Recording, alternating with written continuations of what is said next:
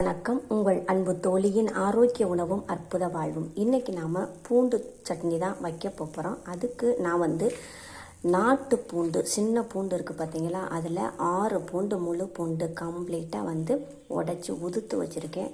தோல் எடுக்கலை, தோலோடு தான் சேர்க்க போகிறேன். தோலோடு சேர்த்து நம்ம செய்கிறது ரொம்ப டேஸ்டியாக, சுவையாக, நல்லா சூப்பராக இருக்கும்.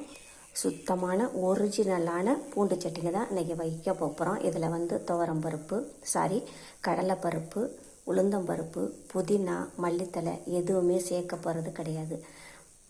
அப்போது நாங்கள் செய்கிறது எல்லாமே ஒரிஜினல் பூண்டு சட்னி இல்லையா அப்படிங்கிற ஒரு கேள்வியும் வரும். நான் அதை சொல்ல கிடையாது.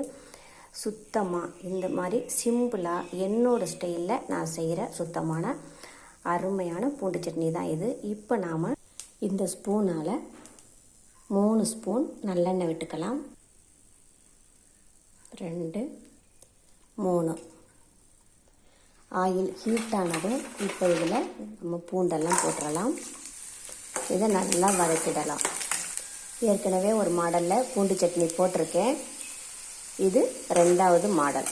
ரொம்ப சூப்பராக நல்லா இருக்கும். நல்லா வாசமாக டேஸ்டியாக சூப்பராக இருக்கும். சிம்மில் வச்சுக்கிட்டே தான் வதக்கணும். தோலோடு வதக்கிறதுனால பூண்டு வெடிக்கும். கொஞ்சம் ஜாக்கிரதையாகவே எட்டி நின்றுக்கிட்டே வதக்குங்க. பூண்டு நல்லா வதங்கிடுச்சு. இப்போ இதில் காஞ்ச மிளகாயை போட்டுக்கலாம். நான் இதில் 20 மிளகாய் போட்டிருக்கேன். ரொம்ப காரமாக இருக்கும் இந்த மிளகாய். போட்டுட்டு ஒரு நெல்லிக்காயில் பாதி அளவுக்கு புளி எடுத்திருக்கேன். இதையும் இது கூட போட்டுட்டு இதையும் சேர்த்து நல்லா வதக்கிடலாம்.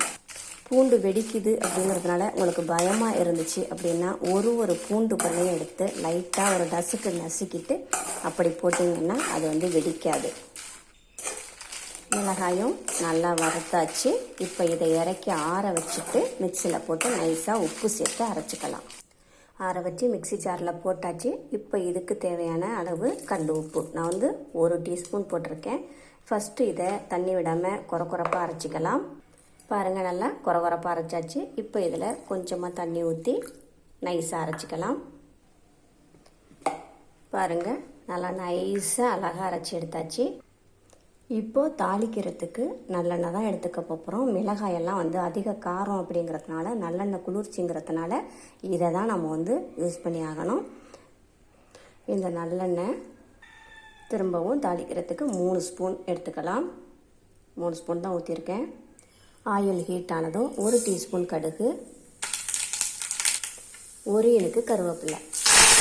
இப்போ அரைச்ச பூண்டு சட்னியை இதை போட்டு நல்லா மிக்ஸ் பண்ணிக்கலாம். சட்னி ரெடி. இப்போ இதை வேறு ஒரு பவுலில் மாற்றிக்கலாம். இட்லி, தோசை எல்லாத்துக்குமே தொட்டுக்கிட்டு சாப்பிட்லாம். செம்மையாக டேஸ்டியாக இருக்கும். நல்லா உரப்பு, புளிப்பாக, வாசமாக டேஸ்டியாக இருக்கும். இந்த வீடியோ உங்களுக்கு பிடித்திருந்தால் லைக் பண்ணுங்கள், ஷேர் பண்ணுங்கள், சப்ஸ்கிரைப் பண்ணுங்கள். மறக்காமல் பக்கத்தில் உள்ள பெல் ஐக்கானை கிளிக் பண்ணுங்கள். தேங்க்யூ.